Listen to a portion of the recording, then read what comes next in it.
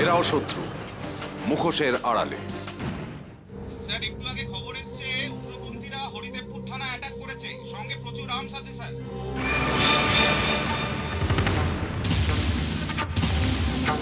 কেন্দ্রীয় বাহিনীকে এক্ষুনি ওখানে পাঠাও। এত রাত্রে কোনো বাহিনীকে জঙ্গলে পাঠানো রিস্কি হয়ে যাবে স্যার। আর তাছাড়া আমাদের জঙ্গলে ফাইট করার মতো ট্রেনিংও নেই। আমি জানি এই মুহূর্তে আমাদের করার কিছু নেই, কিন্তু এভাবে তো আমাদের 14 জন অফিসারকে মরতে দিতে পারি না। তুমি একটা কাজ করো, এক্ষুনি ওখানে ফোর্স পাঠাও, আর ওই ভোরের আলো ফোটার আগে যেন ওখানে পৌঁছে যাও। ওকে স্যার, এর মধ্যেই আমি ডিএসপি টাউনকে স্পটে পাঠিয়ে দিয়েছি। উনি জঙ্গলের কাছাকাছি বোধহয় পৌঁছেও গেছে। ঠিক আছে, আমি ডিএসপিকে ফোন করে দেখছি। নমস্কার, আজকের ব্রেকিং নিউজে আমরা আপনাদের দেখাবো হরিদেবপুরের জঙ্গলের বাইরের যুদ্ধকালীন পরিস্থিতি। আপনারা দেখতেই পাচ্ছেন হরিদেবপুর থানার বাইরের রাস্তাটি বন্ধ করে দেওয়া হয়েছে, কারণ এখানে চলছে প্রবল গোলাগুলির লড়াই।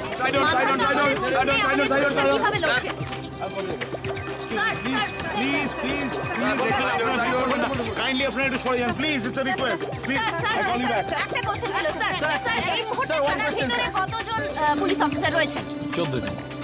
স্যার, কিছুদিন আগেই একটা হামলায় 24 জন জওয়ান নিহত হয়েছিলেন এবং তাদের কাছে উগ্রপন্থী দমন করার জন্য কোনো রকম প্রশিক্ষণ ছিল না। আর আজ এই হরিদেবপুর থানায় হামলা, আর এখানে পুলিশরা লড়ছে ঢাল তলোয়ারহীন অবস্থায়। এ বিষয়ে আপনার কি মত? এভাবে কি পুলিশদের মৃত্যুর মুখে ঠেলে দেওয়াটা উচিত?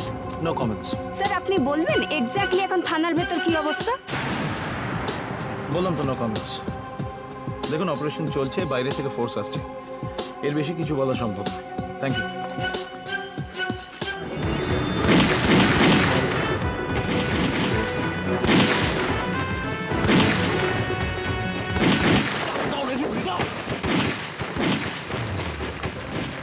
হরিদেবপুর থানায় উগ্রবাদীদের হামলায় এখনো পর্যন্ত 3 জন পুলিশ অফিসারের মারা যাওয়ার খবর এসেছে।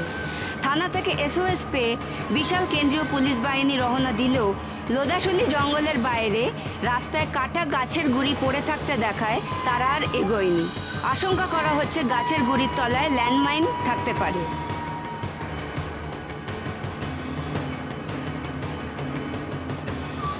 ভোর না হওয়া পর্যন্ত তাই অফিসার অমিত মুখার্জিকে একাই থানা রক্ষা করতে হবে, যদিও তা এক কথায় অসম্ভবই বলা চলে। একটাই আশঙ্কা, কোনো অফিসারই না বাঁচতে পারে। প্লিজ বৌদি, আমাকে যেতে দাও। কিন্তু ওকে যেতে দাও বৌদি, ওকে আটকেও না, নদার ওকে প্রয়োজন আছে। তুমি এখানে এত রাত্রে? টিভিতে খবরটা দেখে আমি দৌড়াতে দৌড়াতে চলে এলাম। আমি জানি নদাকে যদি কেউ সাহায্য করতে পারে, একমাত্র অরিজিৎই পারবে।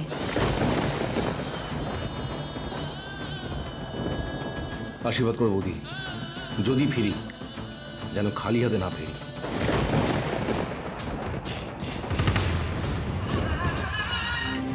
স্যার, এই যে তুমি এসছো? হ্যাঁ স্যার। বলো, সুবীর কোনো খবর পেলে? স্যার, যদ্দূর শুনেছি দু তরফেই গুলি চালানো চলেছে, কিন্তু এখন থানা থেকে গুলি চালানো বন্ধ হয়েছে।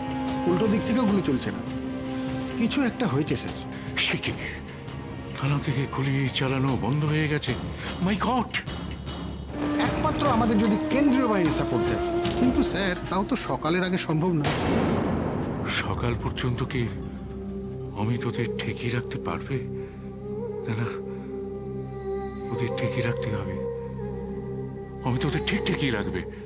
না, এখানে থাকলে মারা পড়ে যাবো। চল চল এখান থেকে।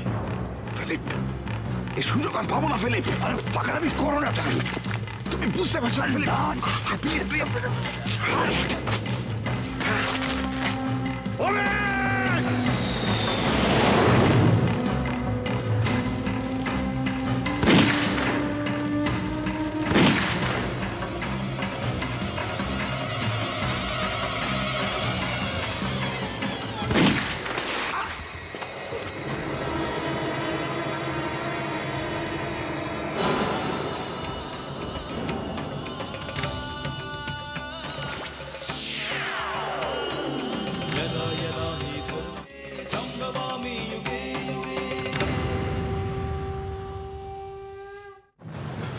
এরাও শত্রু, মুখোশের আড়ালে।